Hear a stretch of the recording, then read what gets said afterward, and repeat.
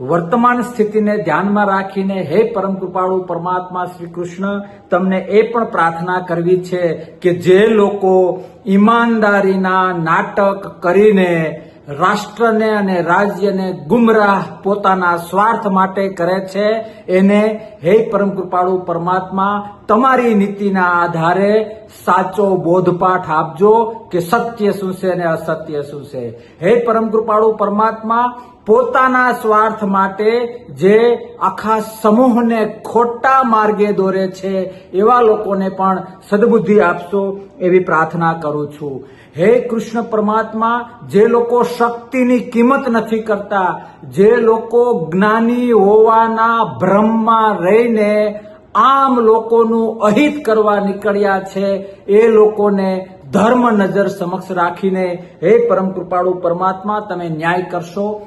એ વિશ્વાસ છે, ભરોસો છે, તમારા તરફની પ્રાર્થના છે. સાથે સાથે પરમ કૃપાળુ પરમાત્મા શ્રી કૃષ્ણને જન્માષ્ટમીની એ પણ પ્રાર્થના છે કે જે ધર્મની સાથે નથી, જે નીતિની સાથે નથી, જે સાત્વિકતાની સાથે નથી, જે લોકો સ્વાર્થના કીચડમાં રહીને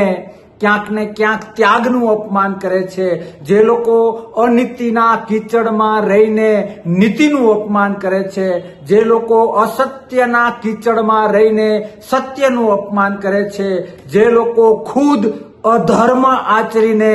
ધર્મનું અપમાન કરે છે, જે લોકો અવાસ્તવિકતામાં ડૂબીને વાસ્તવિકતાનું અપમાન કરે છે, જે લોકો શક્તિથી વિશેષ ભ્રમ ફેલાવે છે, જે લોકો આભાસી વાતાવરણ ઊભું કરે છે, હે પરમ કૃપાળુ પરમાત્મા, હે શ્રી કૃષ્ણ તમને પ્રાર્થના કે આવા ગુજરાત અને રાજ્યને નુકસાન કરનારા લોકો, નુકસાન કરનારા સ્વભાવો,